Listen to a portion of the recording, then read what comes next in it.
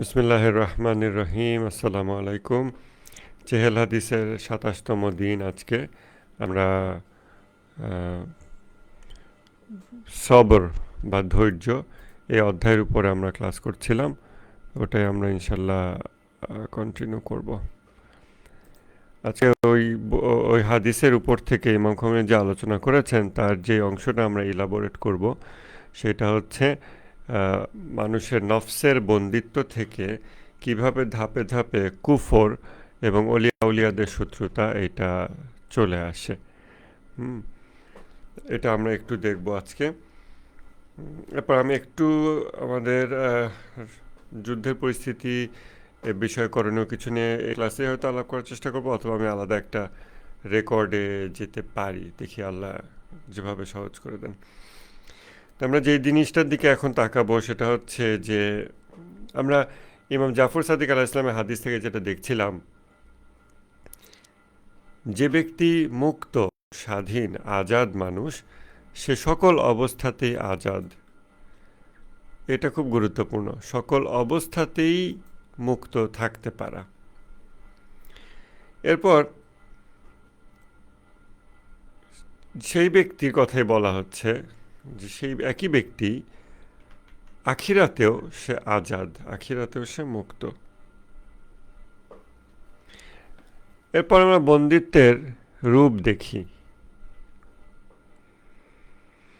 আমরা যেহেতু কর্মের দুই রূপ এই কথাটা তত্ত্ব হিসেবে বলেছি এর আগেও এবং আবারও বলছি, অতএব আমাদের খেয়াল করতে হবে যে বন্দিত্বের দুই রূপ আছে, মূলত কর্মের দুই রূপ। এখন কোনো কর্ম বন্দিত্ব সৃষ্টি করে এবং সেই বন্দিত্বের একটা দুনিয়াবি রূপ থাকে, বন্দিত্ব বিষয়টা, এবং একটা বাতেনি, একটা জাহেরি রূপ, একটা বাতেনি রূপ, একটা দুনিয়াবি রূপ, একটা পরকালীন রূপ, এরকম আমরা বলতে পারি। এখন দুনিয়াবি যে রূপ বন্দিত্বের, এই রূপটা অনেক সময়ই সহনীয়, আবার কখনো কখনো এই রূপটা আমাদের জন্য এনজয়েবল, অর্থাৎ আমাদের দ্বারা যা কিছু দুনিয়ামুখিতা ঘটে থাকে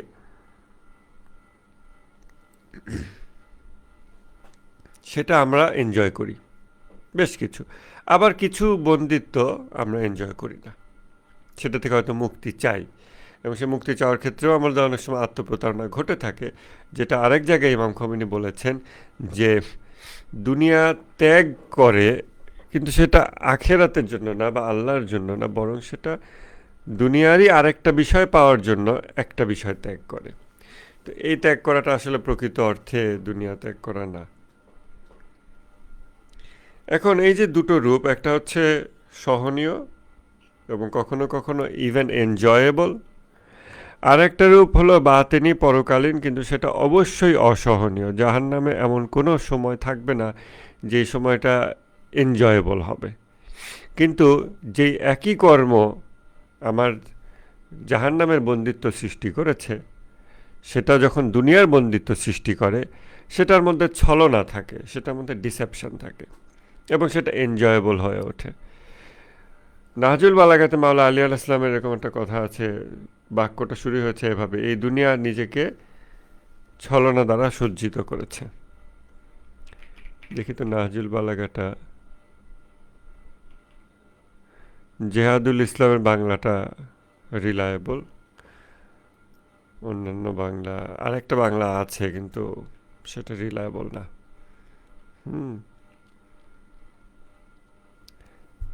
পত্র, খুতবা,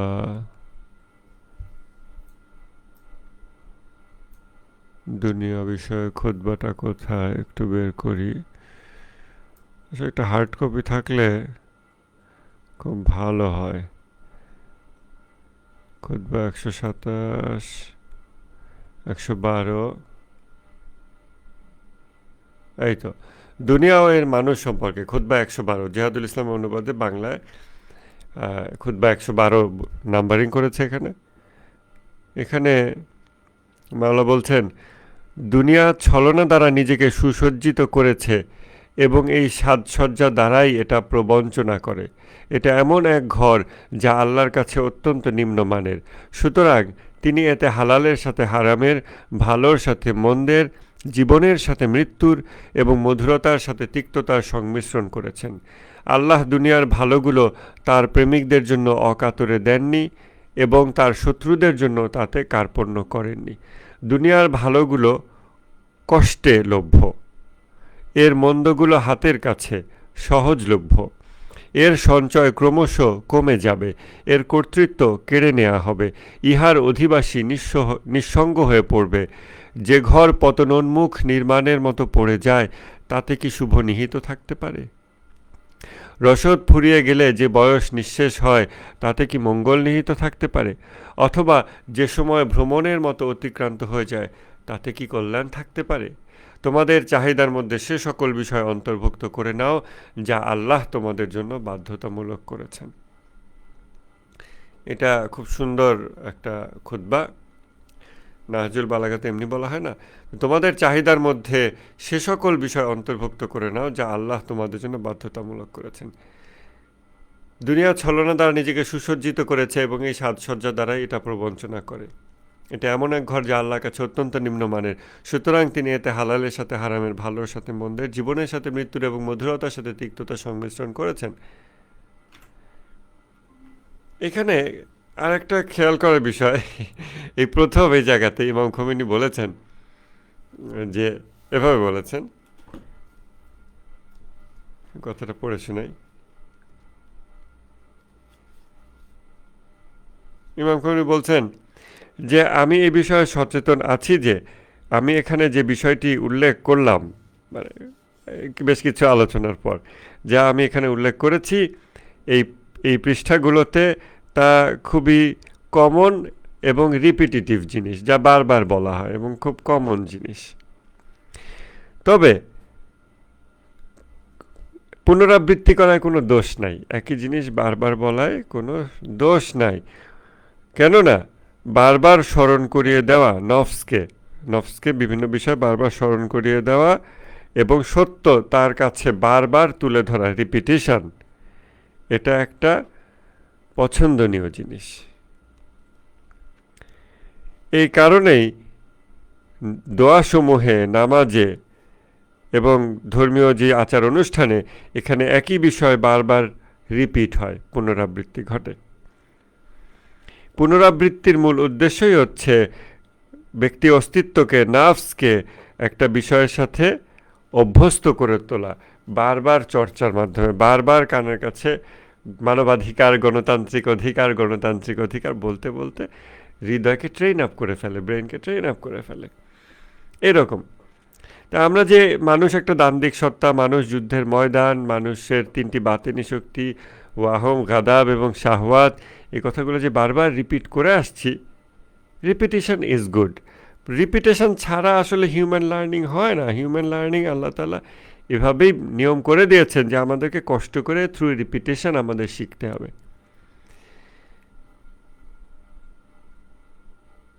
আরেকটা কথা আমরা ক্লাসে প্রায়ই বলি, সূত্রের মতো, সেটা স্মরণ করাই দিই।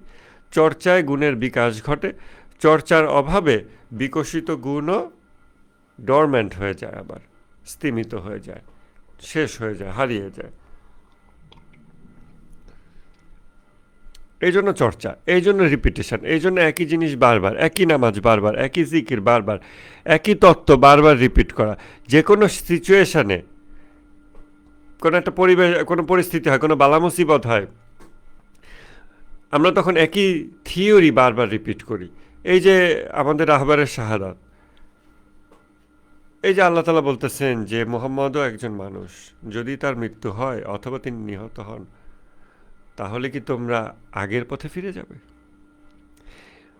সেই একই সূত্র ইমাম খোমেনি বলে গিয়েছেন যে যদি কোনো ব্যক্তির প্রস্থানে কোনো জাতি ভেঙে পড়ে, তাহলে বোঝা যাবে যে সেই জাতি ব্যক্তির সাথে সংযুক্ত, সে কুদরতের উৎস আল্লাহর সাথে সংযুক্ত নয়। যে জাতি কুদরতের উৎস, শক্তির উৎস আল্লাহর সাথে সংযুক্ত, তার কিসে ভয়? সে কখনো কোনো কিছুতে ভেঙে পড়বে না। সেই একই সূত্র। তো এরকম যখন আমাদের বিভিন্ন পরিবেশ পরিস্থিতির মধ্য দিয়ে আমরা গো থ্রু করি, আমাদেরকে রিপিটেশন লাগবে, একই কথা রিপিটেশন লাগবে। এটাই হিউম্যান লার্নিংয়ের প্রসেস। যে আজকে আলী লারিজানির সম্পর্কে নেতানিয়াহু বলেছে যে তাকে মেরে ফেলা হয়েছে, এটা শোনার সাথে সাথে ইন্ডাকটিভ থট প্রসেস ট্রিগার করে মানুষের। Majority inductive thought process trigger করে যাদের ইমান তাগুত অত্যন্ত শক্ত হয়ে গিয়েছে, তাগুতের উপর ইমান খুব শক্ত হয়ে গিয়েছে, তারা যেহেতু নেতানিয়াহু বলেছে সে তো আর মিথ্যা বলবে না। সো এটা হচ্ছে তাদের লজিক, এভাবে ব্রেনে কাজ করে। সো নেতানিয়াহু সত্যবাদী, সে খারাপ কিন্তু সত্যবাদী, সে এটা কিন্তু সত্যবাদী, সে ওইটা কিন্তু সত্যবাদী, অর্থাৎ তাকে সত্যবাদী হিসেবেই সে মেনে নিয়েছে। তার হৃদয় কনভিন্সড হয়ে গেছে, শুধু ব্রেইন না, তার হৃদয় পর্যন্ত কনভিন্সড হয়ে গেছে। এখন এটা হলো ইমান তাগুত, তাগুতের উপর সে ইমান এনেছে। অতএব সে ডিডাকটিভ অ্যাপ্রোচে, তার ডিডাকটিভ থট প্রসেসে সে নেতানিয়াহু যেহেতু আলী লারিজানির ডেথ অ্যানাউন্স করেছে, সো দিস ইজ ট্রু, এভাবে সে চিন্তা করে। আর বাকি মেজরিটি তারা হলো ইন্ডাকটিভলি, যে প্রিভিয়াসলি যেহেতু অনেকবার নেতানিয়াহু যা বলেছে পরে ওটাই হয়েছে। রাহাবারের ক্ষেত্রে নেতানিয়াহু আগে বলেছে, ইরানি মিডিয়া স্বীকার করেনি, অথবা বলেছে না রাহাবার বেঁচে আছে, সুস্থ আছে, পরে তো আবার ঠিকই স্বীকার করেছে, ইত্যাদি ইত্যাদি, এরকম। অতএব chances R Netanyahu is right. এইভাবে তখন তাদের ইন্ডাকটিভ থট প্রসেস কাজ করে। সো ইন্ডাকটিভ থট প্রসেস এটা মানুষ অ্যাভয়েড করতে পারে না, যেহেতু নিশ্চিত তথ্য জানে না। সো ইন্ডাকটিভ থট প্রসেসের দিকে মানুষ আগায়। কিন্তু ইন্ডাকটিভ থট প্রসেসকে, ইভেন ব্রেইনের মধ্যে সংঘটিত হওয়াকেও ঠেকিয়ে দেওয়া যায় মানদণ্ড দ্বারা, থ্রু প্রিন্সিপালস। আপনার মানদণ্ড দিয়ে আপনার ব্রেনকে ইভেন ওরকম চিন্তাও করাবেন না। এরকম যদি 100টা কেসও ঘটে থাকে যে মুসলিম উম্মার জন্য দুর্ভাগ্যজনক না, শোকের, দুঃখজনক, কষ্টের কোনো সংবাদ, এটা জায়োনিস্টরা আগে উচ্চারণ করেছে, আমেরিকানরা উচ্চারণ করেছে, আমাদের প্রতিরোধ অক্ষের মিডিয়া এটা পরে উচ্চারণ করেছে, যদি এমন হয়েও থাকে তবুও এরকম 100টা ঘটনা ঘটেছে বলে 101তম ঘটনাতেও জায়োনিস্ট মিডিয়ায় সত্যবাদী হবে, এটা আমরা ভেবে দিব না। সেটা 99% চান্স থাকবে বেসড অন স্ট্যাটিস্টিক্স, সেটাও আমরা ভাববো না। কেন?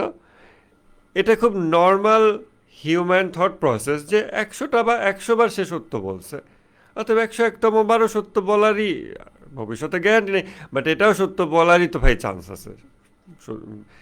একদম গ্যারান্টি তো শুধু নবী রাসূলের ক্ষেত্রে আছে, বাকিদের ক্ষেত্রে দেওয়া যায় না। বাট এই লোকটা নেতানিয়াহু বা আমেরিকান মিডিয়া বা জায়নিস্ট মিডিয়া এ ধরনের সিরিয়াস নিউজ, অন্যান্য অনেক কিছু তারা মিথ্যাচার করে, এটা ওটা, কিন্তু সিরিয়াস নিউজে তারা মিথ্যা বলে না, এরকম যেহেতু অনেকবার দেখা গেছে। So this must be true. এই যে এইভাবে ইন্ডাকটিভ থট প্রসেসটা ব্রেইনের মধ্যে কাজ করছে, আমাদের প্রিন্সিপাল এটাকে ঠেকিয়ে দেয়। এই জায়গাতেই দেখবেন যে ইমাম খোমেনি যে জিনিসটা আগেও বলেছেন, আমরা ক্লাসে আলোচনা করেছি, সেটা হচ্ছে ইন্টারনাল শিক্ষক এবং এক্সটার্নাল শিক্ষক, দুটো একে অপরের পরিপূরক। মানুষের ইন্টারনাল শিক্ষক হচ্ছে তার ওয়াহম, তার চিন্তা শক্তি, তার আকল, এইটা দ্বারা সে বিভিন্ন বিষয়ে সিদ্ধান্ত গ্রহণ করে, এটা তার গাইড, এটা তার teacher. But this is not enough by itself, এটা সে একা একা পর্যাপ্ত নয়, তাকে অবশ্যই ঐশী গাইডলাইন পেতে হবে। দেখেন, যারা ঐশী গাইডলাইন এর বাইরের মানুষজন এখন ইরান এক্সপার্ট হয়ে উঠেছে অল অফ আ সাডেন, তারা এই তথ্যের যে উৎস কার থেকে আসছে সেটার ভিত্তিতে আমি তথ্য প্রচার করব বা ওর ভিত্তিতে কথা বলবো, এই প্রিন্সিপাল বেসড না হয়ে তারা তাড়াহুড়া করে নেতানিয়াহু বলছে এটা তো মিথ্যা হবে না, মেবি এটা চান্সই 99%, এভাবে চিন্তা করে সে ওটা নিয়ে এনগেজ হচ্ছে। তাদের থেকে তখন আমাদের পথ আলাদা হয়ে যায়। হ্যাঁ, তখন আমাদের মনে হতে পারে যে বাট তারা তো মানুষকে বিভ্রান্ত করে ফেলতেছে। But you see, the point is we are people of asymmetric warfare, আমরাই অ্যাসিমেট্রিক ওয়ারফেয়ার করি। অতএব তারা যখন ছুটতেছে কুইক নিউজের দিকে, কুইক নিউজ তাদের লক্ষ্য, টার্গেট, তারা ওটা অ্যাচিভ করতে চায়। যত দ্রুত নিউজ দেওয়া যায়, যত দ্রুত বলে ফেলা যায়। সবার আগে আমি পোস্ট দিয়ে দিলাম কিনা আলী লারিজানির ব্যাপারে বা খামেনির ব্যাপারে বা অমুকের ব্যাপারে, আমি সবার আগে আলাপ তুললাম কিনা, কথা বললাম কিনা, আগে হওয়ার মাধ্যমে তারা সোসাইটিতে অবস্থান তৈরি করতে চায়, মানুষের কাছে অ্যাকসেপ্টেন্স তৈরি করতে চায় বাই বিইং দ্য ফার্স্ট। খেয়াল করেন। কিন্তু আপনি তো মুসলমান, আপনার তো আপনার হলো কুফর বিদ তাগুত, আপনি তাগুতকে অস্বীকার করেন। আপনি তো অন্যদের মতো তাগুতে ইমান আনেন না যে তাগুতি মিডিয়া বলছে আমি সাথে সাথে ওটাকে প্রচার শুরু করে দিছি। আপনার তখন আপনি ফার্স্ট হইতে পারবেন না বা সিরিয়ালে, কারণ আপনার সময় লাগবে, আপনার ওয়েট করতে হবে। আপনার মুমিনদের সূত্রে ভেরিফাইড নিউজ ছাড়া ইভেন আপনি এটা নিয়ে ভীতও হবেন না, আশঙ্কাও করবেন না, বিচলিতও হবে না যে ওয়েট করতে থাকি, ওয়েটিং ইন সাসপেন্স, কখন নিউজ আসে আমাদের সোর্স থেকে, প্রতিরোধকের সোর্স থেকে, ততক্ষণ আমি ভয়ে ভয়ে আসি যে কার শাহাদাত হয় বা কী হয়, সেটাও না। আপনি আপনার মতো থাকবেন, নর্মাল, স্বাভাবিক, আপনার দায়িত্ব পালন করতে থাকবেন। শাহাদাতের সংবাদ আসলে ওকে, আল্লাহ শাহাদাত কবুল করেছেন। এর আগ পর্যন্ত ইভেন আপনার ব্রেনকে টলে যেতে না দেওয়া, এটা আপনি কিভাবে করবেন? এটা অ্যাচিভ হয় এক্সটার্নাল শিক্ষকের দ্বারা। এক্সটার্নাল শিক্ষক নবী রাসূল ইমামগণ আমাদেরকে কি শেখাচ্ছেন? হে মুমিনগণ, যদি কোনো ফাসেক ব্যক্তি তোমাদের কাছে সংবাদ নিয়ে আসে, তবে তোমরা তা আগে যাচাই করে দেখো। এই যাচাই পার্টেই তো আমরা লেট হয়ে যাচ্ছি। অন্যরা যাচাই না করে, নেতানিয়াহু বলছে ওকে আর যাচাইয়ের দরকার নাই, ইমান বি তাগুতে ইমান রাখে তারা, প্রচার করতেছে, কথা বলতেছে, হতাশ হয়ে যাচ্ছে, হতাশার সঞ্চার করতেছে অন্যদের উপরে, মুমিনদের মধ্যে। আপনি ওই হতাশার সঞ্চারকে কাউন্টারও করতে পারবেন না, সহজে পারবেন না, প্রিন্সিপাল দিয়ে পারবেন অফকোর্স। আবার কারণ আপনি গ্যারান্টি দিতে পারতেছেন না যে না না বেঁচে আছে, এই যে প্রমাণ, সেটাও দিতে পারতেছেন না। আবার আপনি অন্যটাও বলতে পারতেছেন, আপনি কোনোটাই বলতে পারতেছেন না, ইয়েস নো, এদিক ওদিক কিছুই বলতে পারতেছেন না। আপনি শুধু আই ডোন্ট নো, আমি শিওর না, আমি জানি না। What I know is my principal. আমার প্রিন্সিপাল হচ্ছে, হে মুমিনগণ, যখন তোমাদের কাছে কোনো ব্যক্তি সংবাদ নিয়ে আসে, যদি কোনো ফাসিক ব্যক্তি সংবাদ নিয়ে আসে, তোমরা আগে তা যাচাই করে দেখো। সূরা হুজুরাতের 6 নম্বর আয়াত। সো আমি যাচাই প্রসেসের মধ্যে আছি। It may take few hours, it may take few days, so I will be late. আমি সবার আগে নিউজ দিয়ে, টকশো করে, পডকাস্ট করে, বড় বড় লেখালেখি, অ্যানালিস্ট হয়ে, ভাইরাল হয়ে, সেলিব্রিটি হয়ে, ফলোয়ার বাড়ায়, এগুলো আমি করতে পারতেছি না, সরি, আমি লেট হব। সো মনে হতে পারে যে ও তাহলে তো ওরা জিতে যাচ্ছে, অনেক এটা মনে হতে পারে না।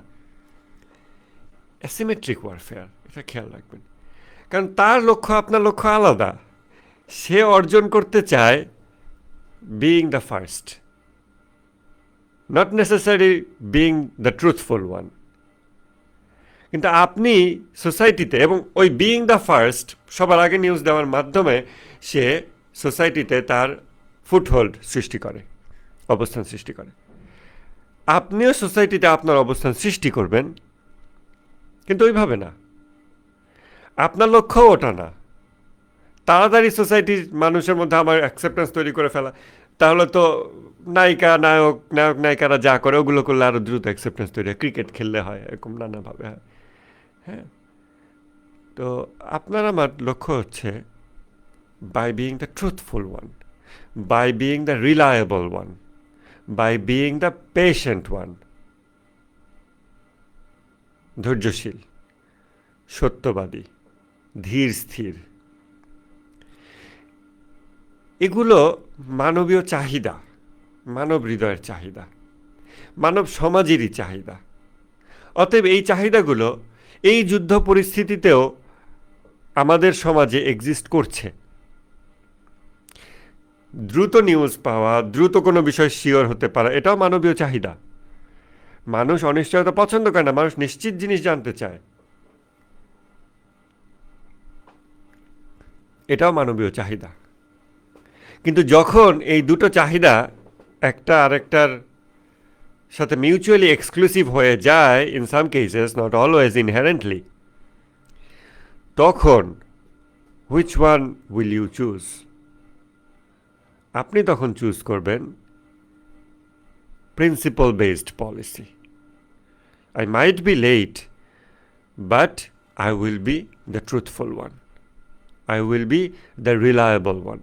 Yes, they might get some reliability, but ওর মধ্যে ভেজাল থাকবে, ওর মধ্যে ধীর স্থির ব্যাপারটা থাকবে না, ওর মধ্যে অস্থিরতা থাকবে, তাড়াহুড়া থাকবে। এবং অস্থির তাড়াহুড়ো ব্যক্তিদের ভীষণ ঘোলা হয়। তাড়াহুড়া, অস্থির, তার চোখের দৃষ্টি ঝাপসা।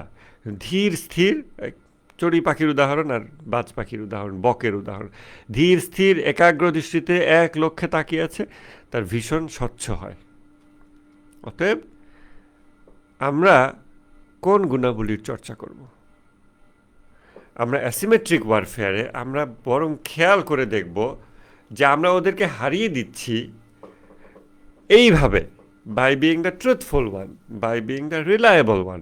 শুধুমাত্র মুমিনদের সূত্রে আসা তথ্যই আমরা প্রচার করব, এছাড়া আমরা প্রচার করব না। এইটার ওভার টাইম সোসাইটিতে ইম্প্যাক্ট পড়বে। দেখেন, ইরানের ইসলামী বিপ্লব এর পক্ষে আমরা কথা বলে এসেছি কোনো আসাবিয়াতের জায়গা থেকে না। আমরা এটার পক্ষে কথা বলে এসেছি ইমানের জায়গা থেকে, ইসলামের জায়গা থেকে। এবং আমরা সবসময় মকারির শিকার হয়েছি যুগ যুগ ধরে। 47 বছরে আমাদের যার যতটুকু হায়াত পেয়েছি এবং যে জবে থেকে এই ইরানে ইসলামী বিপ্লবকে সমর্থন করছি, আমরা মানুষের মকারির শিকার হয়ে এসেছি। তাতে কি আসে যায়? নূহ নবী যে দীর্ঘ অনেক বছর তুচ্ছ তাচ্ছিল্যের শিকার হয়েছেন, তাতে কি হয়েছে? তিনিই তো বিজয়ী, কারণ তিনি সত্যের সাথে ছিলেন। তিনি হি ওয়াজ প্রিন্সিপালড গাই। আজকে ইরানের ইসলামী বিপ্লবের সবাই পক্ষে। আজকে সবাই ইরানকে শক্তিশালী হিসেবে স্বীকার করে নিয়ে ইরানের অন্য দুর্বলতার আলোচনা করে, যে ইরানের পলিটিশিয়ানরা কেন রাস্তায় নামে। তাদের রাস্তায় নামা উচিত না, তাদের বাংকারের মধ্যে লুকায়িত থাকা উচিত, যুদ্ধে বিজয়ী হতে হবে। অ্যাজ ইফ বিজয়ী হয়ে দুনিয়াতে দেহ নিয়ে বেঁচে থাকাটাই ইহুদির যেটা মাইন্ডসেট, ওটাই আমাদের লক্ষ্য। না, ইহুদিরা বিভিন্ন মিডিয়া সব কিছু যন্ত্র দিয়ে মুসলমানদের ভিতরে এই চিন্তা ঢুকাই দিচ্ছে যে বস্তু দেহ নিয়ে তোমার দুনিয়ায় বেঁচে থাকাটাই তোমার চূড়ান্ত সফলতা, বেঁচে থাকতে হবে। তো আমাদের এটার বাইরে বের হয়ে আসতে হবে এবং অন্য মানুষ থেকে বের করে আনতে হবে। অলরেডি মানুষজন ইসলামী ইরানের শক্তিমত্তাকে স্বীকার করে নিয়েছে, তারপরেও তারা ইসলামী ইরানকে অপোজ করে, তাদেরকে বোকা বলে যে তাদের লিডারশিপ এরকম এরকম, এগুলো বলে তারা আরেকটা জিনিস প্রমাণ করার চেষ্টা করে। They are living in their own delusion, let them be. সেই ডিলিউশন আজকে ভাঙবে না, কালকে ভাঙবে না, 6 বছর পর ভেঙে যাবে, 10 বছর পর ভেঙে যাবে, 14 বছর ভেঙে যাবে। যখন ইসলামী ইরান ইনশাআল্লাহ আল্লাহর হস্তক্ষেপে, ঐশী কুদরতে, যখন ইসলামী ইরান এই পৃথিবীতে অন্যতম সুপার পাওয়ার হিসেবে দাঁড়াবে এবং ইহুদি সাম্রাজ্যবাদকে ফাইট করবে এবং ইমাম মাহদির সৈনিক হবে, সেখান থেকেই বাহিনী অগ্রসর হবে ইয়েমেনের পাশাপাশি, তখন এই সমস্ত লোকদের এইসব অপযুক্তি ভেঙে যাবে। কিন্তু আমরা এদেরকে খুব দ্রুতই আমাদের সাথে পাবো না, কারণ তার হৃদয় তাড়াহুড়া করে, দ্রুততা চায়, অ্যাকিউরেসি চায় না। ইমান বিদ তাগুত এটা হলেও সে দ্রুত নিউজ চায়, তাগুতে বিশ্বাস করে হলেও। তার হৃদয়ের ওই অবস্থা, তার হৃদয়ের অবস্থা যদি পরিবর্তিত হয় তখন সে আমাদের সাথে আসবে, আমাদের ব্যান্ডওয়াগনে আসবে। আদারওয়াইজ তাকে তার মতো থাকতে দেন। আমরা যে অ্যাসিমেট্রিক ওয়ারফেয়ারে আছি, অ্যাসিমেট্রিক ওয়ারফেয়ারে জয় পরাজয় নির্ধারিত হবে ভিন্ন মাত্রায়, ভিন্ন মানদণ্ডে। আমাদের দেখতে হবে আমরা আমাদের মানদণ্ডে ঠিক আছে কিনা, এবং আমাদের মানদণ্ডে ওরা পরাজিত, ওদের মানদণ্ডে আমরা পরাজিত। ওদের মানদণ্ড কি? তাড়াতাড়ি নিউজ দাও, তাড়াতাড়ি কথা প্রচার করো। ওদের ওই মানদণ্ডে আমরা প্রথমেই পরাজিত, কারণ না, আমাদেরকে আল্লাহ বলছেন সংবাদ যাচাই করে দেখো, যদি ফাসেক ব্যক্তি সংবাদ নিয়ে আসে। আর বর্তমানে তো যত সংবাদ আমাদের হাতে ডিভাইসে আসে সবই ফাসেকরা প্রডিউস করে মেজরিটি, অথবা কে প্রডিউস করছে বেওয়ারিশ আমি জানি না। সো পিছনে ফাসেকও থাকতে পারে, মুমিনও থাকতে পারে। ও যে যুদ্ধ, যেই মানদণ্ডে ও বিজয়ী হতে চায়, সেই মানদণ্ড বিজয়ী হয়ে যাবে, হতে দেন। এবং এই মানদণ্ডে আপনি আমি অলওয়েজ পরাজিত, ইট ডাজন্ট ম্যাটার। কিন্তু আমি যেই যুদ্ধটা করছি, আমি যেই যুদ্ধটা করছি, সেটা হচ্ছে প্রিন্সিপাল বেসড। এবং আমরা প্রথম হব কিসে? By being the reliable one, by being the truthful one. আর এইটাও সমাজে দরকার আছে, সমাজের মানবীয় চাহিদা, ওইটাও মানবীয় চাহিদা। এই দুই মানবীয় চাহিদার মধ্যে কিছু মানবীয় চাহিদা আমরা পূরণ করে দিচ্ছি সমাজের, কিছু মানবীয় চাহিদা ইহুদি নাসারা তারা পূরণ করে দিচ্ছে। মানব জাতিকে আল্লাহ তাআলা স্বাধীনতা দিয়েছেন বেছে নেওয়ার, যে তোমরা কোন বিষয়টা পছন্দ করো, কেমন সোসাইটি তোমরা ফাইনালি মনে করো, ফিল করো যে it's good, slow but reliable, truthful, নাকি কুইক কিন্তু সত্য মিথ্যার মিশ্রণ। তাদেরকে ডিসাইড করতে হবে, তাদেরকে সময় দিতে হবে। তাড়াহুড়া করে আমরা মানুষকে নিয়ে আসতে পারবো না। আমরা একটা মিডিয়া ওয়ার ফাইট করতেছি, ইভেন বাংলাতেও আমরা দিনরাত খাটতেছি। আমি, তারপরে আমাদের সাথে আরও যে দু একজন আছে, আমরা দিনরাত খাটতেছি। আমরা আমাদের সর্বোচ্চ চেষ্টা করবো ইনশাল্লাহ, কিন্তু হয়তো আমরা তাদেরকে ইমিডিয়েটলি পাবো না, অসুবিধা নেই। আমাদের মানদণ্ডে আমরা ইস্তেকামাত থাকলেই হচ্ছে। That is asymmetric warfare, right? Anyways, আমরা আর দু একটা বিষয় বলে আজকের ক্লাস দ্রুতই শেষ করব। চর্চা গুণের বিকাশ ঘটে, রিপিটিশন ইম্পর্ট্যান্ট। সো যখন বিভিন্ন সিচুয়েশনে আমাদের মানদণ্ডগুলো রিপিট করা, আমাদের থিওরিগুলো রিপিট করা, আমাদের প্রচলিত কথাগুলোকে রিপিট করা, এটাই আমাদের করতে হবে। যারা গডলেস অ্যানালিসিস দেয়, গডলেস সোসাইটি, মানে সোসাইটিকে গডলেস হিসেবে দেখে, ইন্টারপ্রিট করে, এক্সপেরিয়েন্স করে ওভাবে দেখে, এবং তাদের রাজনৈতিক বিশ্লেষণগুলো গডলেস অ্যানালিসিস হয়, সেইগুলো সোসাইটির এক ধরনের নিড আছে সেগুলোরও। মানুষের, ওই যে আমরা পড়ছিলাম প্রমথ চৌধুরী, মানুষের মন উঁচুতে উঠতে চায়, নিচুতে নামতে চায়। সো ওগুলো এক ধরনের নিড, ওগুলো কিছু লোক অ্যাড্রেস করছে। আবার মানুষের spiritual analysis, spiritual political analysis, spiritual geopolitical analysis, এগুলোরও মানব হৃদয়ের চাহিদা আছে, সমাজের চাহিদা আছে। আমরা সেটা অ্যাড্রেস করব, এবং আমাদের অ্যাড্রেসিং হবে কামালতের পার্সপেক্টিভে, পারফেকশনের পার্সপেক্টিভে, হিউম্যান লাইফের সমস্ত উপকারী, প্রয়োজনীয়, গুরুত্বপূর্ণ আসপেক্ট নিয়ে আমরা অ্যানালাইজ করব। কিন্তু গডলেস অ্যানালিসিসে আমরা কখনো যাব না। যেই সব জিওপলিটিক্সের অ্যানালিসিস শুধুমাত্র তেল আর পানি আর মাটি, এটার অ্যানালিসিস দেয়, এটার যুদ্ধ হিসেবে দেখায়, তারা মানুষকে মাহরুম করছে, বঞ্চিত করছে। কেন? মূল যুদ্ধের মধ্যে অবশ্যই আল্লাহ এবং গায়রুল্লাহ, এই দুটো বিষয় আসতে হবে সমাজের। আপনি তেল, গ্যাস, সৌদির তেল আছে, অমুক তেল চায়, আমেরিকা এটা চায়, অমুক এটা চায়, এভাবে বলতেছেন, এখানে আল্লাহর নাম উচ্চারণ হচ্ছে না তো। অথচ সমস্ত যুদ্ধ, বাহ্যিক যুদ্ধ ভিতর থেকে উৎসরিত হয়। মানুষ একটি যুদ্ধের ময়দান, ভিতরের যুদ্ধেরই বাহ্যিক বহিঃপ্রকাশ আমরা হরমুজ প্রণালীতে, ইরানে, ইরাকে, আফগানিস্তানে, সারা দুনিয়াতে দেখি। আর সেই ভিতরের যুদ্ধের ভেরি বেসিক হচ্ছে আল্লাহমুখিতা অথবা গায়রুল্লাহমুখিতা। অতএব আমাদের পলিটিক্যাল ডিসকোর্সে, জিওপলিটিক্যাল অ্যানালিসিসে আল্লাহমুখিতা, গায়রুল্লাহমুখিতার কথা নিয়ে আসতে হবে। কিভাবে আনবেন সেটা আপনাদেরকে খুঁজে বের করতে হবে, চেষ্টা করতে হবে। সেই ফাসাহাত, বালাগাত আপনাদের লাগবে, আমাদের লাগবে, কিন্তু আমাদের অবশ্যই এটা আনতে হবে। তা না হলে এই সোসাইটিকে যেই খোদা বিচ্ছিন্নতার যত রকম চশমা পরিয়ে দেওয়া হচ্ছে, সেটা আরও মোটা হতে থাকবে, সেটা আমাদের হতে দেওয়া যাবে না। We must fight that as well. আর একটা জিনিস, আমি এখন ছোট একটা কতগুলো স্টেপ বলবো, বলে আজকে ক্লাসটা শেষ করবো ইনশাল্লাহ। এই যে নফসের দাসত্ব, বন্দিত্ব, যার সব কিছুই শাহওয়াত, গাদাব, এটা থেকে আসে, যেহেতু তিনটি বাতিনি শক্তির মধ্যে ওয়াহম হচ্ছে বা চিন্তা শক্তি, faculty of thought and imagination, বাকিগুলোর উপরে কাজ করে।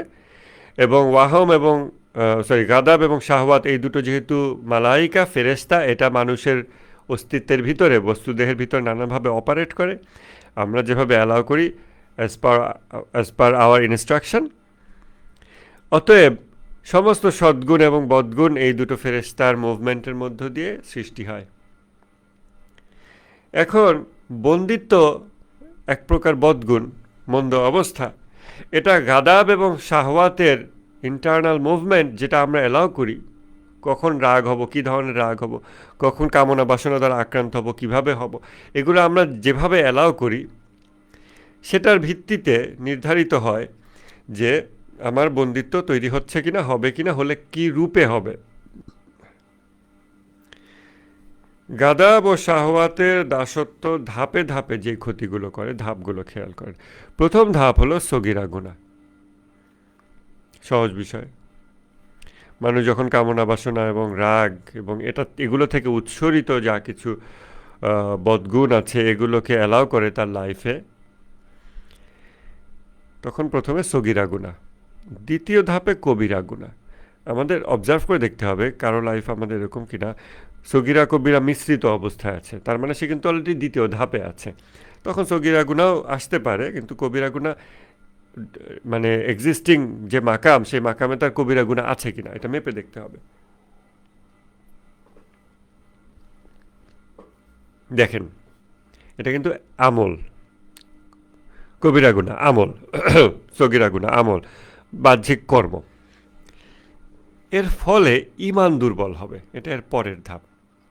ঈমান দুর্বল হবে। দেখেন, প্র্যাকটিক্যালি যেই গুনাহের কর্মটা করা হচ্ছে এইটার through repetition, because it has been repeated so many Times, তখন হৃদয় এটাতে কনভিন্সড হয়ে যাবে, মানে ঈমান চলে আসবে। মানে নর্মাল সেন্সে ঈমান চলে আসে বলতে যা বোঝায় তা না, গুনাহে ঈমান চলে আসবে, গায়রুল্লাহতে ঈমান চলে আসবে, গায়রুল্লাহতে আস্থা রাখবে, গায়রুল্লাহ দ্বারা হৃদয় আবৃত হবে, আচ্ছন্ন হবে। অর্থাৎ ঐশী ঈমান দুর্বল হবে। আল্লাহ কেন্দ্রিক যে ঈমান, নিরাপত্তা, আল্লাহকে অবলম্বন করে নিজেকে নিরাপদ করা, এই বিষয়টা দুর্বল হবে এবং গায়রুল্লাহর অবলম্বন বৃদ্ধি পাবে, ঈমান দুর্বল হবে। তাহলে এটা ইন্টেলেক্টকে প্রথম অ্যাটাক করতেছে না, প্রথমে গুনাহের কর্ম, এরপর এটা হৃদয়ের উপর প্রভাব ফেলছে, ঈমান দুর্বল হয়, এটা হৃদয়ের বিষয়। এরপর বুদ্ধিমত্তা অন্ধকার হয়ে যাচ্ছে, ইন্টেলেক্ট অন্ধকার হবে এর পরের ধাপে। অথচ দেখেন, আমরা এর আগে 4টা বিষয় আলোচনা করেছি যে মাকাম, প্রত্যেকের নিজস্ব মাকাম কিভাবে পরিমাপ করবেন, কে কোন মাকামে আছেন, নিজের মাকাম বোঝার জন্য। সেটা আপনার মানে বুদ্ধিভিত্তিক দার্শনিক যে জ্ঞান, সেটাকে আগে দেখতে হবে সেটা কোন লেভেলে আছে। নলেজ কামস ফার্স্ট, এর পরে হচ্ছে ঈমান, হৃদয় কতটা কনভিন্সড। এইভাবে আমল, এলেম, আমল, ঈমান, একিন, এরকম, অথবা আরও একটা ছিল আমার খেয়াল নেই। তো এইভাবে আমরা কতগুলো জিনিস দেখি যার শুরুতে মানে এলেম, নলেজ, নলেজের উপরে হার্ট কনভিন্সড হয় যে this is a dead body, এটা আমার কোনো ক্ষতি করবে না, সো আমি এটা পাশে নিশ্চিন্তে ঘুমাই, সুন্দর ঘুম দিয়ে উঠলাম। এটা কখন পসিবল হয়? যখন এই নলেজের উপর হার্ট কনভিন্সড হয়। That is what we call ঈমান, যেটা হৃদয় কনভিন্সড হওয়া। আমরা ইরানিদেরকে দেখতেছি রাস্তায়, পাশেই বোমা পড়তেছে, ডোন্ট কেয়ার, আমার হায়াতের মালিককে আল্লাহ, যদি আল্লাহ হায়াতে রাখে বোমা আমার কাছে আসবে কিন্তু বিস্ফোরিত হবে না, আল্লাহ যদি হায়াতে না রাখে। এটা হচ্ছে ঈমান, হার্ট কনভিন্সড হয়ে গেছে এবং ধীর স্থির আছে। তাহলে ওইখানে যেইভাবে ধাপে ধাপে শুরু হয়, এটা তার অপোজিট ধাপে ক্ষতি করতে থাকে, অপোজিট ডাইরেকশনে। প্রথমে সগিরা গুনাহ, এরপর কবিরা গুনাহ, যেগুলো হলো অ্যাক্টিভিটি, যেগুলো আমল, এবং রিপিটেড অ্যাক্টিভিটির মধ্য দিয়ে এই অ্যাক্টিভিটিগুলো কীভাবে শুরু হচ্ছে? গাদাব এবং শাহওয়াতের দাসত্ব, মানুষের দুনিয়ার বন্দিত্ব, দাসত্ব নানান রূপে আকৃতিতে ঘটে। এই দাসত্ব বন্দিত্বের পরিবেশের মধ্যে কন্টিনিউয়াস থাকতে থাকতে এবং দাসত্বমূলক কর্মকাণ্ড করতে থাকলে, সগিরা গুনাহ কবিরা গুনাহ করতে থাকলে, এই প্র্যাকটিক্যাল আমলের দ্বারা হার্ট আগে দুর্বল হবে, এর পরের ধাপে বুদ্ধিমত্তা অন্ধকার হয়ে যাবে, যখন সে ওই যে ইমাম খোমেনি বলতেছেন কল্পিত সম্ভাব্যতার ভিত্তিতে অপর মানুষের দাসত্ব করে, মুমকিনুল ওজুদের দাসত্ব করে, যে সে আমার কোনো ফায়দা দিতে পারবে, অথচ কোনো ফায়দা দেওয়ার ক্ষমতা কোনো মানুষের নাই। কল্পিত সম্ভাব্যতার ভিত্তিতে তার ব্রেইন ওটাতে কনভিন্সড হয়ে গেছে যে এই লোক আমাকে বাঁচাবে, এই লোক আমাকে উদ্ধার করবে, পয়সা দেবে, উপকার করবে, আমাকে সম্মান দেবে, ক্ষমতা দেবে, আর হোয়াট এভার দেবে, তার অনেক কিছু আছে, সে সম্পদশালী। অথচ আল্লাহ বলছেন যে আল্লাহ ধনী, তোমরা ফকির। এরকম বুদ্ধিমত্তা অন্ধকার হয়ে যাওয়া। তা আমাদের খেয়াল করলে কোনো কোনো জায়গায় আমাদের বুদ্ধিমত্তা অন্ধকার হয়ে আছে কি না, বললাম যে হয়ে গেছে নতুন করে, হয়তো আল্লাহ আমাদের অত দুরবস্থা দেননি আশা করি, কিন্তু আমাদের বুদ্ধিমত্তা বিভিন্ন জায়গায় অন্ধকার হয়ে আছে কি না। আমরা যখন নতুন নতুন তত্ত্বগুলো জানতে পারি ইমান সম্পর্কে, আল্লাহর সম্পর্কে, ওয়াজিবুল উজুদ, মুমকিনুল উজুদের রিলেশনশিপ, অস্তিত্বগত গুণাবলী, বৈশিষ্ট্য, সীমাবদ্ধতা, ত্রুটি, এগুলো, তখন হয়তো আমরা দেখি যে আমাদের হৃদয়, আমাদের বুদ্ধিমত্তা অন্ধকারে ছিল কিছু বিষয়, এখন সে একটু আলোকিত হচ্ছে। লা কুওয়াতা ইল্লা বিল্লাহ, এখন সে এটা একটু কনভিন্সড হচ্ছে, এটা একটু বোঝার চেষ্টা করতেছে, ইন্টেলেকচুয়ালি কনভিন্সড, এরপর হৃদয় কনভিন্সড হওয়ার পরের ব্যাপার। তো এইভাবে কিন্তু যার বুদ্ধিমত্তা একটা বিষয় অনুধাবন করতে পেরেছে, বুঝতে পেরেছে, রিপিটেড কবিরা গুনাহ, সগিরা গুনাহ, এগুলোর মাধ্যমে তার হার্ট দুর্বল হয়ে গিয়ে তারপর তার বুদ্ধিমত্তার ভিতরে তখন কনফিউশন ঢুকে যায়। সেভাবে না, এটা এরকম না, নাও হইতে পারে, আই এম নট শিওর। তখন তার চিন্তা দুর্বল হয়ে যায়। চিন্তা দুর্বল হয়ে যাওয়া খুবই, চিন্তায় ভুল ত্রুটি আসা, এটা খুবই ভয়ানক ব্যাপার। আপনার বাকি সব কিছুর এটা হলো কন্ট্রোল সেন্টার। তখন তার বুদ্ধিমত্তা অন্ধকার হবে, অতএব এর ফলাফলে সে সত্য অস্বীকার করবে। এখন সে আরেকটা অ্যাকশনে যাচ্ছে। এর আগে সে কবিরা গুনাহ, সগিরা গুনাহ করতো, তার হার্ট দুর্বল হচ্ছে, কিন্তু তখনও সে প্রকাশ্যে সত্য বিরোধিতা করতো না। আমরা, আল্লাহ মাফ করুন, অনেক মানুষের আমরা চোখের সামনে ইমান থেকে কুফরে, মানে কুফরের মধ্যে নিমজ্জিত হতে দেখেছি, পড়ে যেতে দেখেছি, অস্বীকার করেছে আল্লাহকে, নবীকে, অথচ সে ইমানদার ছিল।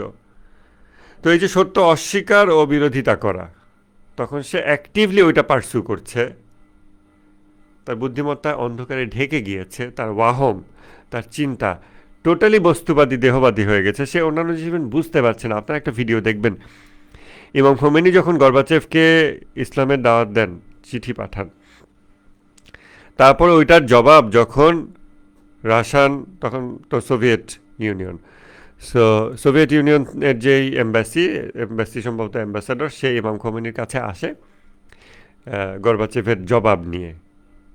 সেই জবাবটা যখন সে পড়ে শোনানো শুরু করে, যে গর্বাচেভ বলছে মানে সে এখন ইসলামের ব্যাপারে আগ্রহী না, ইসলাম গ্রহণ করতে চায় না বা ধরনের কিছু, বাট সে ওকে আমি বই পড়ে দেখবো। কারণ ইমাম খোমেনি ইবনে সিনা অনেক অনেক ফিলোসফারের কথা মেনশন করছিলেন যে তুমি এগুলো পড়ে তোমার সোসাইটি প্রবলেম সলভ করার চেষ্টা করো, ফিলোসফিক্যালি ইসলামকে স্টাডি করো।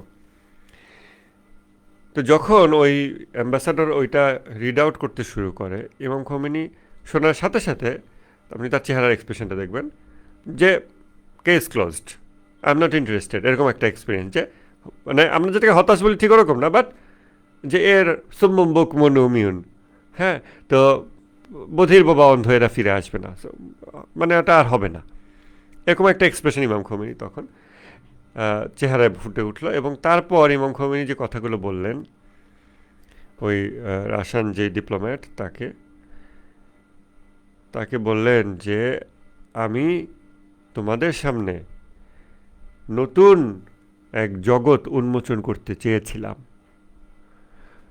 তোমরা যে সকল সমস্যার সম্মুখীন, এই সমস্যাগুলো এর থেকে উচ্চতর জগতে প্রবেশ না করে এই জগতের সমস্যাগুলো তোমরা সমাধান করতে সক্ষম হবে না। মোরালেস কথাটা এরকম ছিল। এই কথাটা বলে তারপর ইমাম খোমেনি তার এখান থেকে সরে এসেছেন। তো যখন ইমাম খোমেনি এই কথাগুলো বলছিলেন, এত বড় বিপ্লব করেছে, এত বড় পলিটিক্যাল রেভলিউশন, শাহকে উল্টে দিয়েছে, আমেরিকাকে বুড়া আঙ্গুল দেখায়, ইসরায়েলকে এম্বাসি থেকে বাইর করে দিয়েছে, আমেরিকাকে কত কী করছে, পলিটিক্যাল হিস্ট্রিতে লিখলে 1000 পাতা শেষ হবে না। সেই লোক কি বলতেছে এগুলো, রাশিয়ান অ্যাম্বাসেডার দৃষ্টি হলে এরকম ছিল, তার চোখটা যদি রিড করেন ওই সময়, সে বুঝতে পারতেছে না যে কি বলতেছে খোমেনি এগুলো, এটা জিবারিশ, নাথিং, কি বলছে আমি কিছু বুঝতেছি না, এগুলো কোনো মিনিংফুল কথাই না। লাইক আমাদের সামনে যদি কেউ চাইনিজ ল্যাঙ্গুয়েজে কথা বলে, আমরা তাকায় থাকি, সে কি বলতেছে আমি কিছুই বুঝতেছি না। ঠিক ওই লোকটার এক্সপ্রেশনটা এরকম ছিল। আপনারা ভিডিওটা বের করে দেখেন, ইউটিউব সার্চ দিলে পাবেন। তার মানে তার বুদ্ধিমত্তা ইভেন ওটা রিডই করতে পারতেছে না। ইমান আশা এগুলো থ্রু প্র্যাকটিস পরের ব্যাপার, কিন্তু তার বুদ্ধিমত্তা এটা ইভেন বুঝতেই পারতেছে না, রিড করতে সক্ষম হচ্ছে না। এটা কিন্তু খুব দুর্ভাগ্যজনক ব্যাপার। তা আমাদের চেহেল হাদিসে যেই আধ্যাত্মিক বিষয়াবলী আমরা মুখোমুখি হই, আমাদের নিজেদের মেপে দেখতে হবে যে চেহেল হাদিস পড়ে আমি কিছু বুঝতেছি না, এরকম হচ্ছে কি না। এক দুই প্যারা পড়ে ফেলছি, তারপর মনে হলো কী পড়লাম তখন কিছু মাথায় ঢোকে না, আবার পড়তেছি বুঝি নাই কী লিখছে, I am distracted, okay let me gather my focus, তারপরে আমি আবারও মনোযোগ দিলাম, কিন্তু আমি বুঝতেছি না। যদি এটা হয় তাহলে বুঝতে হবে আমার বুদ্ধিমত্তা অন্ধকার হয়ে গেছে কোনো না কোনো এরিয়াতে, যে কারণে এই বিষয়টা আমার অ্যান্টেনায় ধরা পড়তেছে না। এটা খুবই ডেঞ্জারাস ব্যাপার। আমি সবসময় এটা চেষ্টা করি যে ইমাম খোমেনির কোনো বই পড়লে যদি দুটো লাইনও পড়ি, আমি এই ভয়ে থাকি যে এটা আমি আবার না বুঝে যদি রিডিং পড়ি, বা রিডিং পড়ছি কিন্তু আমি বুঝি নাই, এরকম যদি হয় তার মানে আমি কিন্তু আমার অধপতন হয়েছে, আমি বুঝতেছি না। অথচ একটা সময় আমি ইমাম খোমেনির বই পড়ছি, কষ্ট হয়েছে, কিন্তু আমি বুঝি নাই এমন তো হয়নি। অন্যান্য দু একটা বই, সে চেহেল হাদিস এটা যেহেতু আরও উচ্চ স্তরের এবং আরও কঠিন, আমার কাছে কঠিন, এটা পড়ার সময় আমি তখন একটা ভয় থাকি যে আমি দুটো লাইন পড়ে যাব কিন্তু আমি বুঝবো না, এরকম যদি হয় তখন কিন্তু ইটস আ ওয়ার্নিং সাইন যে আমার ভিতরগত অবস্থা ক্ষতিগ্রস্ত হয়েছে, এবং কোন এরিয়াটা কেন কীভাবে তখন ওটা আবার ইনভেস্টিগেট করা লাগবে। এই যে বুদ্ধিমত্তা অন্ধকার হয়ে যাওয়া, এটা কিছু মানুষের সাথে কথা বললে বোঝা যায়, এক একজন এক এক অবস্থা, মানে there are thousands of levels of it. আমার অন্ধকারের একটা মাত্রা, আরেকজনের অন্ধকার আর একটা মাত্রা। আমরা সবাই পাপি, আপন পাপের বাটখারায় অন্যের পাপ মাপি। তো হ্যাঁ, ওটা অবশ্য যারা বলে তারা অন্য কনটেক্সটে বলে, তারা এই জন্য পাপকে নর্মালাইজ করার জন্য তারা এটা বলে, usually in the context they use it. But আমাদের যখন আমরা এটাকে ফাজি লজিকের মতো মাল্টি ডিগ্রিজ অফ ইট এভাবে যখন দেখবো, অনেক মাত্রা আছে, তখন এটা দেখবো যে হ্যাঁ, আমি যখন আরেকজনের অন্ধকারাচ্ছন্ন হৃদয়ে, এই যে রাশান যে ডিপ্লোম্যাটের যে চেহারা দেখে, চোখের এক্সপ্রেশন দেখে মনে হচ্ছে যে ও তো কিছু বুঝতেছে না, মানে বুদ্ধিমত্তা অন্ধকার হয়ে গেছে, এটা যে মাপতেছি এটা আমার অবস্থা সাপেক্ষে। আমাদের রাহবার যদি আমার দিকে তাকাইতেন, তাকায় বলতে হতো পুরোই অন্ধকার। হ্যাঁ, তো এরকম মানে এক একজন এক একটা মাত্রা আছে। এবং খোমেনি সম্পর্কে একটাই আছে না, যে মাওলা আলী আলাইহিস সালামকে তিনি স্বপ্নে দেখেছিলেন এবং মাওলা তাকে সম্ভবত এরকম কথা জিজ্ঞাসা করেছিলেন যে তোমার কোনো অসুবিধা আছে কিনা, তোমার কোনো সাহায্য লাগবে কিনা। তখন ইমাম বলেছিলেন যে আমার হৃদয়ের একটা অংশে একটু একটা কষ্ট বা একটা ব্যথা বা একটা অসুবিধা আছে, এটা আমি নিজ শক্তিতে দূর করতে পারছি না। তখন মাওলা ওটা দূর করে দিয়েছেন। তো এটা আপনার চিন্তা করতে পারেন এটা কীভাবে সম্ভব, এটা তো অনেক উপরের লেভেল। কিন্তু ইভেন ইমাম খোমেনিও হইতে পারে যে মাওলা আলীর কাছে গিয়ে, যে মানুষ 13 বছর মিনিমাম প্রতিদিন 365 দিন রাতে মাওলা আলীর কাছে যেতেন নাজাফে, সেই মানুষ তাও মাওলার কাছ থেকে এরকম হেল্প নেওয়া লাগছে যে আমার হৃদয় একটা বিষয় আমি পারতেছি না, আপনি একটু আমাকে উদ্ধার করে দেন, অ্যান্ড হি গট হেল্প। আর সেখানে আমাদের তো অবস্থা আরও শোচনীয়। এনিওয়েজ, বুদ্ধিমত্তা অন্ধকার হয়ে যাওয়া এটা একটা গুরুত্বপূর্ণ বিষয়। আমাদের মোরাকাবার হালে মনোযোগের সাথে যে বিষয়ে যেই মাত্রার মনোযোগ রিকোয়ার করে, দ্যাট ইজ মোরাকাবা। কেননা আমাদের অলওয়েজই মেডিটেশনের এক একটা লেভেল থাকে, মেডিটেটিভ লেভেল থাকে। আমরা শতভাগ মনোযোগবিহীন হতে পারবো না, ইম্পসিবল। অলওয়েজই আমাদের মনোযোগ একটা মাত্রা থাকে, কিন্তু যেই বিষয়ে যেই মাত্রার মনোযোগ রিকোয়ার করে সেই বিষয়ে সেই মাত্রার মনোযোগ অ্যাচিভ করলে আমরা বলি মোরাকাবার হাল। তো মেডিটেটিভ স্টেজ লেভেল। তো ওই মোরাকাবার হালে যখন আমরা কোনো বিষয় পড়বো, অধ্যয়ন করব, তখন যদি দেখি আমি বুঝতে পারতেছি না, দ্যাটস আ ওয়ার্নিং সাইন। এর ফলাফলে মানুষ বুদ্ধিমত্তা অন্ধকার হলে যে দুনিয়ার বন্দিত্ব থেকে সগিরা গুণা, কবিরা গুণা, ইমান দুর্বল হওয়া, বুদ্ধিমত্তা অন্ধকার হওয়া, ফলাফলে সত্য অস্বীকার এবং অ্যাক্টিভ বিরোধিতায় লিপ্ত হওয়া এবং নবী রাসূল ওলিয়া উলিয়াদের শত্রুতা, এটা সর্বোচ্চ পর্যায়, মানে খারাপির সর্বোচ্চ পর্যায়ে নবী রাসূল ওলিয়া উলিয়াদের শত্রুতা। দুর্ভাগ্যজনকভাবে আমাদের অনেক মুসলমানকে আমরা দেখেছি ওলিয়া উলিয়াদের শত্রুতা করতে, সাইয়েদ আলী খামেনেই শত্রুতা করতে, ইমাম খোমেনির শত্রুতা করতে, এখনও করে যেতে দেখছি। তারা ওলিয়া উলিয়াদের হয়তো না চিনে শত্রুতা করছে মেজরিটি, বাট কেউ কেউ সে যে অ্যাকচুয়াল ওলিয়া উলিয়া এটা জেনে শত্রুতা করে। এটা হলো চূড়ান্ত পথভ্রষ্টতা, যখন নবী রাসূল ওলিয়া উলিয়াদের শত্রুতা করা হয়। কেননা তারা নুরানি বারজাক। আপনি যদি নুরানি বারজাকের শত্রুতা করেন, আপনি কখনোই আলো পাবেন না, আপনি কখনোই অপর জগতের বাস্তবতাসমূহ দেখতে পাবেন না নুরানি বারজাকের শত্রুতা করলে, বিরোধিতা করলে। তো এই হচ্ছে আমাদের আজকের আলোচনা। আমাদের যুদ্ধের সিচুয়েশান, পলিটিক্যাল সিচুয়েশান, অনেক কিছু আছে, যে কারণে আমি আজকে আর খুব বেশি কন্টিনিউ করতে পারছি না। ফেসবুকে একজন কমেন্ট করেছে, আপনি কি শিয়া? না, আমি রাশিয়া, কাপাসিয়া, আর যত এরকম আছে। তো ঠিক আছে, গুগল মিটে যারা আছেন, ইনশাল্লাহ আমরা আপনাদের কোনো ফিডব্যাক থাকলে একটু নোট করে রাখেন, আমাকে পার্সোনালি দিতে পারেন। আমরা কালকে আবার ক্লাসে দেখা করবো ইনশাল্লাহ। আসসালামু আলাইকুম।